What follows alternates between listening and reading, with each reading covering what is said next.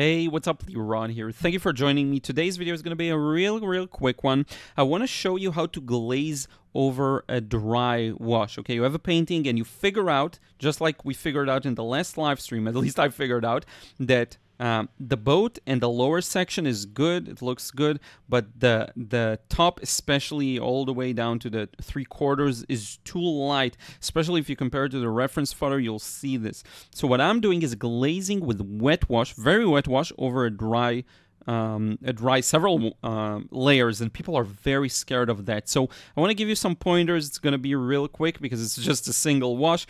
What I'm doing, and this is really important, is I'm using very pure colors here. The reason is I want to maintain the vibrancy from the previous wash, and any kind of moving away from pure colors is gonna cost me. Why? Because I'm glazing over existing paint. So if I have a bit of yellow on paper and I glaze over it with not just clean yellow but also a bit of red, it's gonna push towards the orange, and every glaze is visible, and that's watercolor is transparent. So you have to be quite careful with that and maintain, if you want to maintain the saturation, maintain the same cleanliness of the paint. As you can see that I'm doing here, it's fairly clean paint. Now also, you may want to work with very light pale washes. Now this may scare you because you think, okay, it's going to awaken the paint underneath. That's not really the case. And notice how it already starts looking better when everything else around it is dark.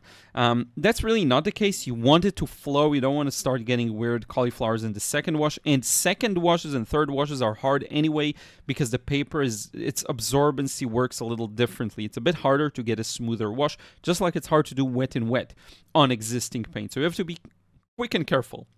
Now, I'm using clean water down below because I don't want to darken the blue. But here's what I am going to do. I'm going to grab a bit of a tissue and just dab a bit of it because I want to have somewhat of a clean edge there. And here's the key part. I don't let the water sit on the paper's surface for too long, because what this is going to cause, it's going to reawaken the paint after a while. So the thing people are scared of is that it's immediately going to reawaken the paint. That's not what's going to happen, but if you leave a layer of wet, just watery paint over it, it will slowly seep in and start reawakening it. So I'm drying it thoroughly after allowing it just a few minutes to dry.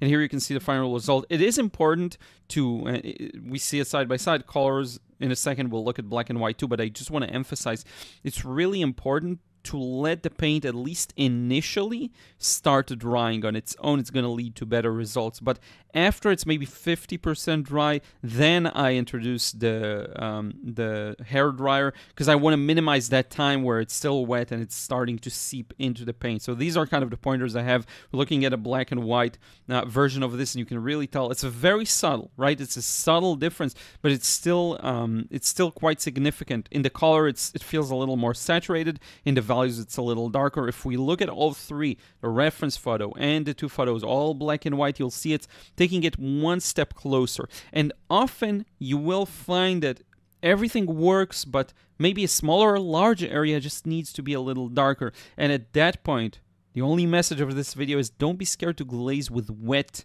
very wet paint over dry paint. It can work.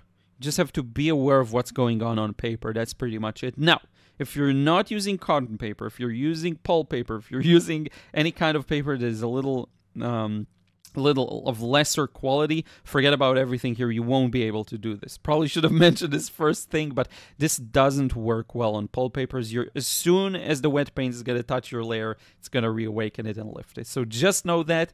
I hope this is helpful real quick, because I do see some people are scared of it. This is me telling you, don't be scared of it. If you're using 100% cotton paper, it works really well. Now, some people ask me, what paper do I use? If you're curious about that, I'm using a Saunders Waterford for the most part, 300 grams, cold press, sometimes hot press. I also like Arches, same thing. And I also kind of like Fabriano from time to time. Bao Hong is also pretty good. And that's pretty much it. I hope you enjoyed this one. Don't forget to check out my frustration-free watercolor course if you want to learn how to let go, enjoy the process. If you're struggling, if you're too rigid with your paintings, this is a possible path for you to let go and achieve these results you're after. And I also want to take this opportunity and thank everyone who supports me on Patreon. Really do appreciate it. I want to thank you so much for watching, and apologies for no live stream again. I'm on a little vacation, and I had tons of things to do before that. yet. So my apologies. Next week should happen, but we'll see. And probably there's going to be more videos until I get back. So thank you so much. We'll talk to you again real soon. Enough rambling.